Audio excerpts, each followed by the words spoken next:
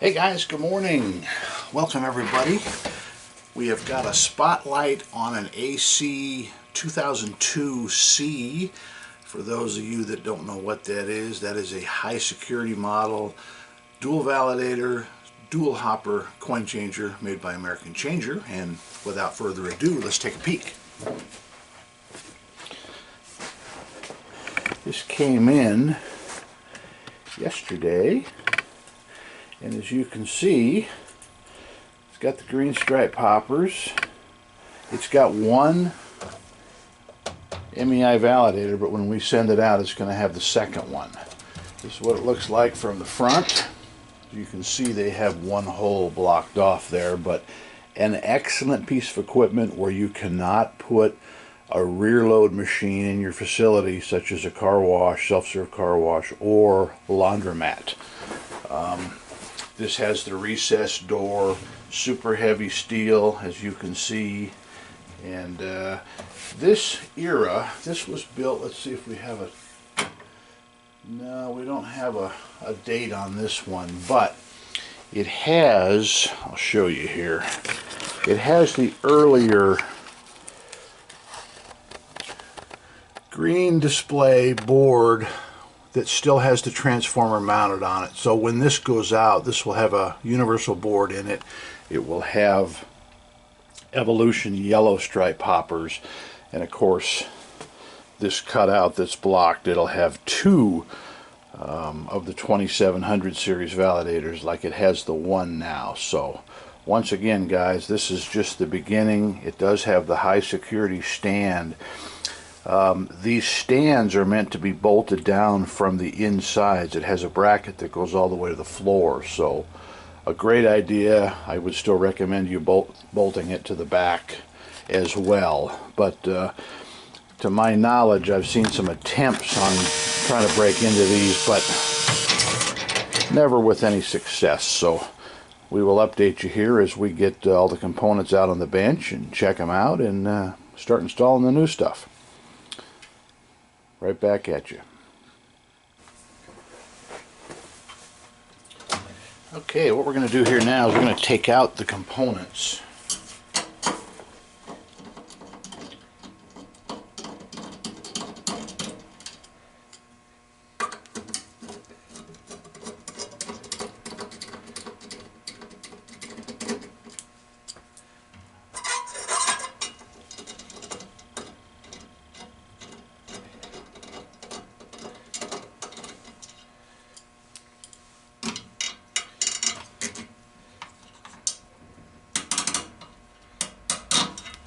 Somebody has converted this to MEI.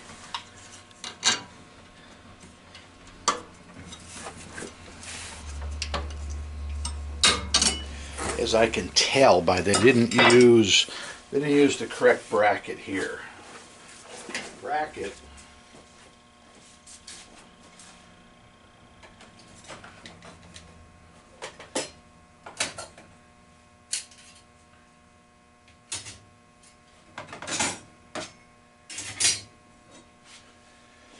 The brackets that should be used is one of these. We will find out which one here. This one here covers,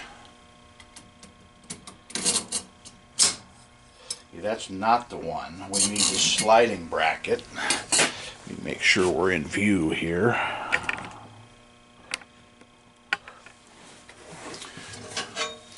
This is the sliding bracket. And we probably have a few things in the way which we'll have to change. But anyways, this is how you put, no, this is not the right one either. Maybe it is designed already. Let me get a mask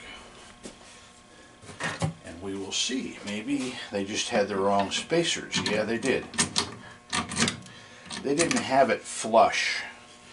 And I think we have a bent stud here. So this one did come with MEIs, and they had these little spacers in there, which is not really the way to go. You want to have it sit flush, otherwise you can put something behind it, such as a card or a straw, a stick.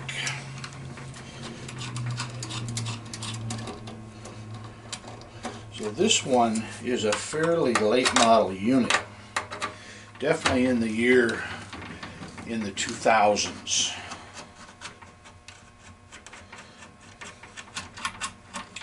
And we could phone American and get the exact date.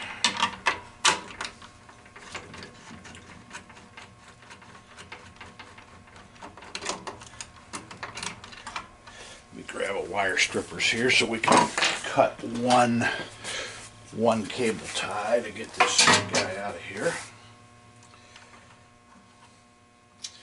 Alright. Plug it here. Maybe we don't have to. Our only cable tie is for our own MEI harness, which we don't use half of this because the plug that's not necessary. I get a lot of phone calls and they say, what plugs into this? Well, if it was in a vending machine, that would plug into your soda machine. This is the only plug we use, which is an MDB plug. So now they had a spacer here, which I also don't recommend, but we will get this back up to snuff for our new customer. And they had the short hopper extensions on this because the tall ones would hit the board. Also, these hoppers really look good as far as age. We don't generally send out rebuilt units with green stripes. We save those for the people that have no other choices but to run green stripe hoppers because that's what their system is for. Alright, so we have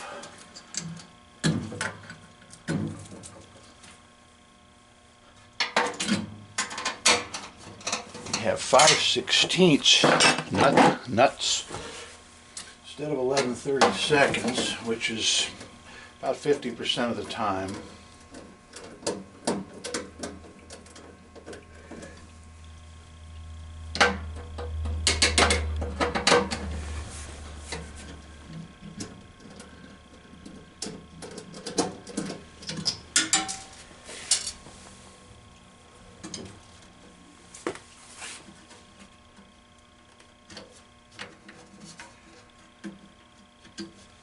Okay, get our control board out of here.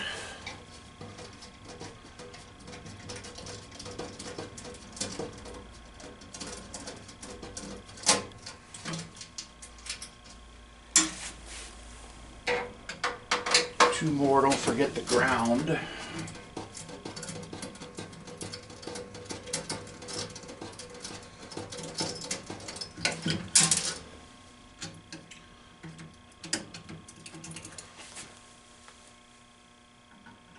Oops, sold out light.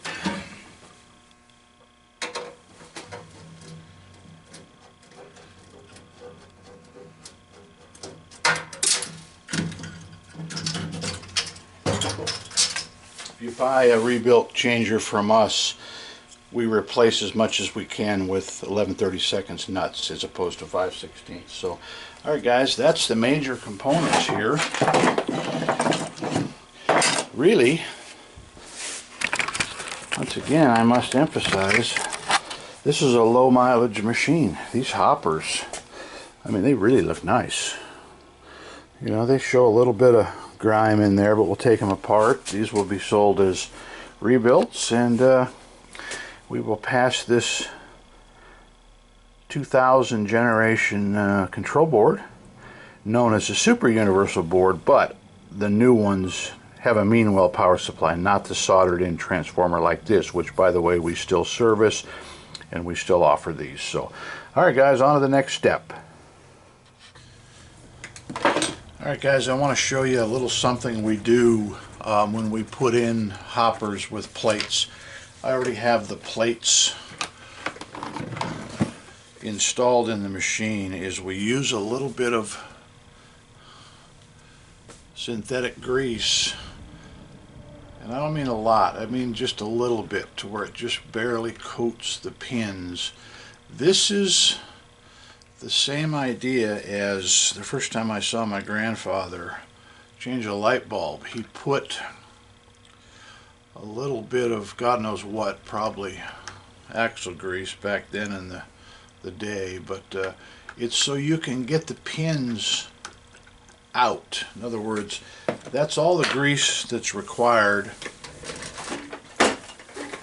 and so you don't make a mess. You can even wipe off the outer part of the socket, okay?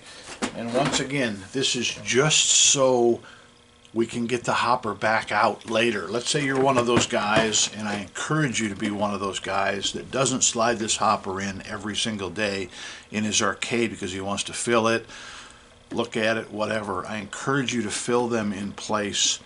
The weak link on the hoppers and the plates is at the connection. It's not so much here, it's at the pins. Okay, so let me show you here in the changer.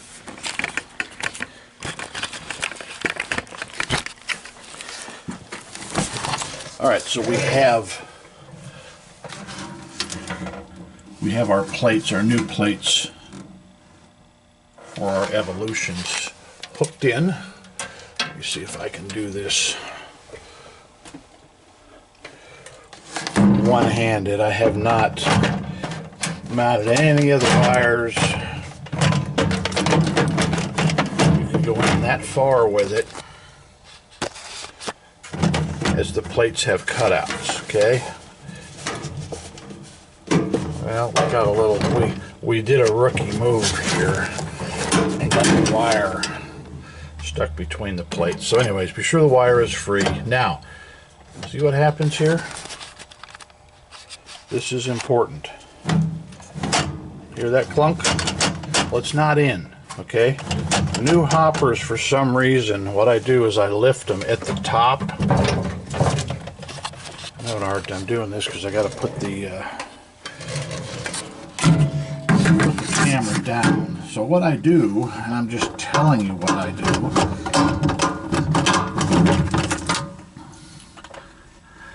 you want to look, sure you don't have a bent pin.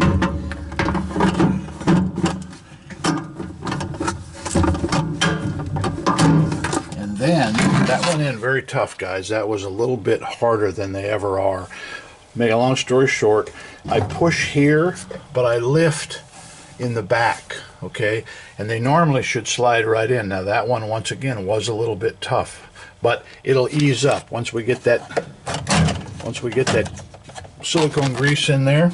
I'll do it one more time, and I apologize for the camera angle, but I lift up in the back, and there, it slid right in. Nice and easy that time. So anyways, a little bit of synthetic grease. You can actually put it on the pins.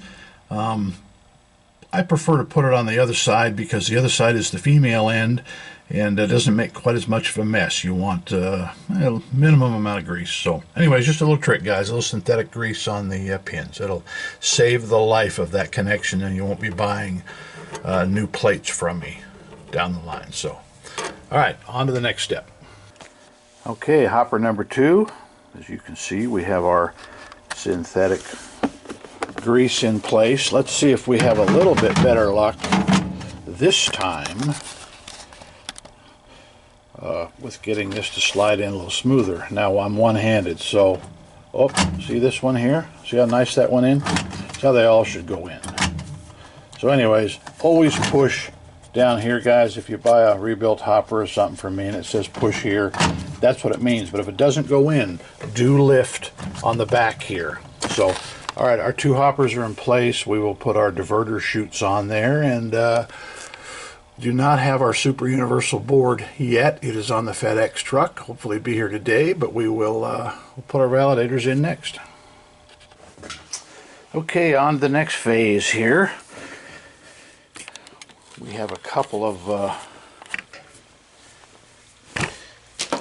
rebuilt validators, 2700 series, 24 volt. More specifically, they are going to end up being 27 AC2002s with the number 0 snack mask. Okay, so we have been storing these without masks because for some reason it seems like every time I go to ship one I have to change the mask from snack to soda or deep to shallow or whatever. Alright, what we'll do first here, this is a big question. I had the same question twice yesterday. See the little tab right there? You need to insert a small screwdriver. This is the tool I use 50% of my days, just a simple small screwdriver. You lift up on that tab here, be careful not to break it off, and slide that tab off because this is where the harness plugs in. Honest engine, I had 2 calls yesterday, both of them, and it's understandable. You look at this, and if that's covered up, you don't know where to plug it in. Everybody looks at this, they slide out all this stuff. So anyways, we are going to put on our number 0 masks, and they require a total of 6 screws. 2 to hold the faceplate on. Let's reverse these off. Alright, with those out of the way, we have, I prefer to use the correct screws. These are tapered, as you can see. Another thing you might notice, rather than using my big DeWalt, is I use a very small driver like this because it's not as strong and you're not going to get into trouble by stripping something else. Once it comes in contact, guys, that's enough. If you want to double check it with a regular screwdriver, feel free to. But these don't just go into plastics on an MEI, they go into a metal insert. Okay? So like I said, come in contact, they're beautiful, they're perfect, they're just right. You can still run these in with a driver if you want. However, you're only going in about 3 turns, so that's how I get some of my exercise. Alright, now let's put on our harness. If you notice, see the little white tabs? If you're holding this up, they go to the bottom. Do not force this, guys. If you send it back to me and the pins are bent over, I'm not going to be happy with you because there's no forcing required. Alright, that's number 1. Let's do number 2 real quick, and then we will assemble them in the machine.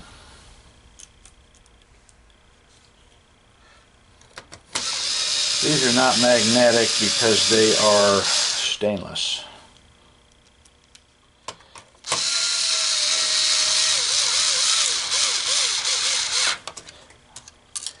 Alright, these kind of fall into place. They have a little pocket.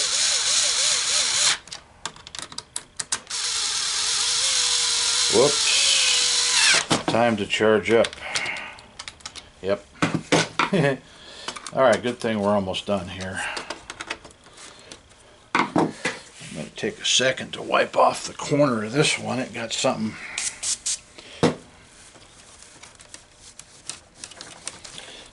dribbled on it. Alright. The bezel itself, now even though this is going in a changer and they both say accept dollar bills, you are not going to see that sticker where they go in a high security door. Okay? Now, one last little trick. This is pretty much only for changers. You see how I have a couple of 3 tie wraps? This plug, common question, people say, where does that go?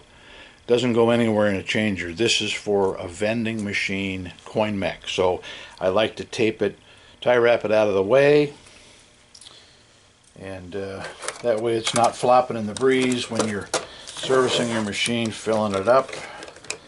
Okay, there we go. 2 nice rebuilt validators to go, and we will get them assembled into the machine momentarily. Alright, one of our final phases. Let me find my little standoffs. Spacers. Being as this is the type of cabinet that was meant for an MEI originally. Some of these that are older had coincos, and as you saw earlier in the video, they require a different adapter mount, which we have 2 styles. So whatever the case, if you have a coinco, you certainly want to exchange it for an MEI. So, all right, let me find some 11/32 nuts here.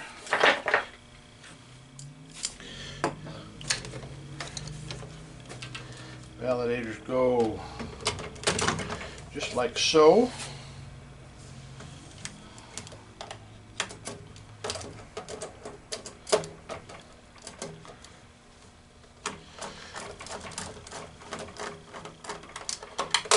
Once you get one started, you're okay to let go. It's not going to go anywhere. Sure, and use all the nuts, guys. Put 4 of them in. I see a lot of guys put 2 in, and the front door is considered high security. However, it's only as high a security as you allow it to be. And if you're going to put 2 nuts in or 3, you may have problems with a crook later on, because it's just as easy for them to smash the validator in with a sledgehammer. Alright, you can do it. Might make it a little easier for you to get this thing started. I like to drape the plugs over the top. Once again, this is the left side. I'm going to tie wrap these out of the way so we're not encumbered by extra wires, which I hate. Things, doors that close, wires that keep hit me in the arm or the shin or whatever. Now this is the side that I think had a bent stud. So what I'm going to do here off camera is I'm going to figure out which one. I tried the mount on there. Okay, it's this stud here is a little bit bent, so very carefully I'm going to straighten that out once I find the right tool. I like to use a non-serrated adjustable wrench over the little spacer here so I don't damage the thread. So, all right, I need to find a tool, guys. I'll be right back on. Okay, guys, one thing I sort of remembered as I was having a little trouble getting this one to sit flush. It wasn't so much the studs were bent, although I did straighten them.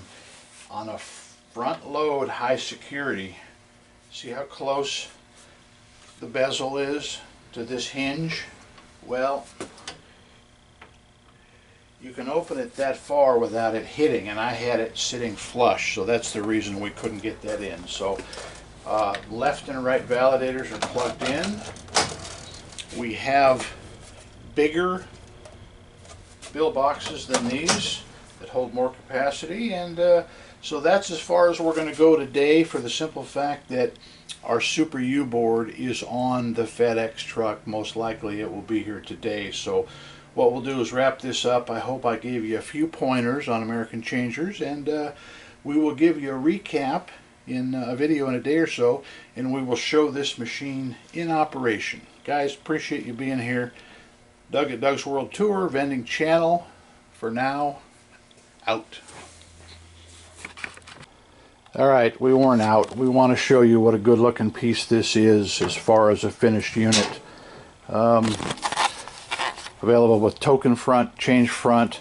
This has brand new T-handles that are the fast screw, or quick screw they call them. You only have to turn them about 2 times to get them to completely close. So a big plus for the route man, guy like me that operates arcades. We're in the money every day, so it saves a lot of unscrewing.